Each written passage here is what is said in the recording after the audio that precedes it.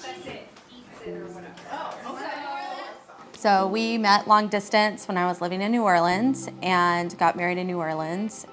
So I left my job, my friends, my city, and moved up here.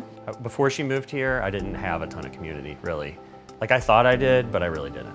We got pregnant. We were fortunate enough to be able to get pregnant right away. We had a perfectly normal, healthy pregnancy. Everything was awesome.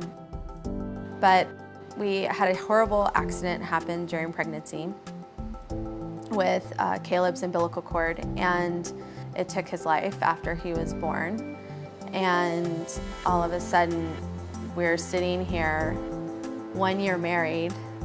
I'm in a new city, and we've also lost our son. You had cut back on work and not taken a job for this, and all of a sudden, like, everything changes.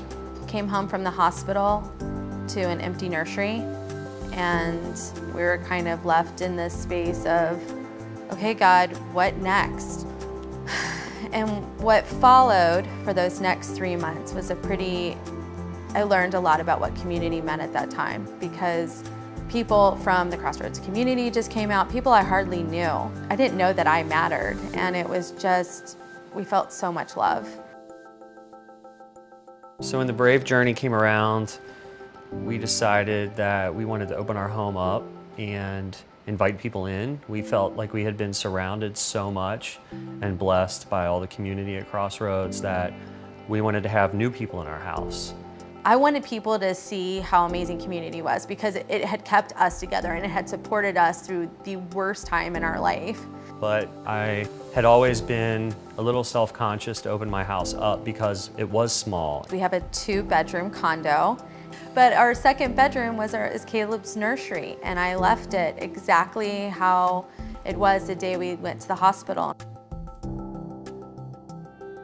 But I was worried that it would be really weird and awkward for people to come over, and it's like, hey, we're the new people you've come to meet, and by the way, this is our story, and there's our empty nursery, and I just didn't know how that would go down. But we decided to lean in and just go ahead and do it, and then let God take it from there. And then the next thing we knew, we had 15 people in our little living room. I think it was 17 actually at one point. 17. We sat down and we told our story, and it was unbelievable, because as we went around the room, everybody just opened up.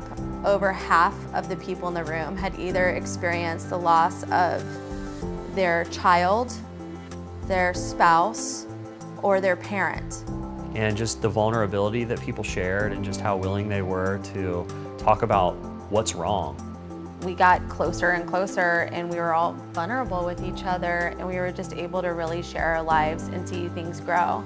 So that by the end of it, we didn't want to stop meeting. So we just decided, okay, let's keep meeting. So we made another date, and everybody kept wanting to meet again. So we just kept making another date, and now we've just kept it going. Yeah, you open your home thinking that you're serving others, and I ended up feeling like I got way more out of it.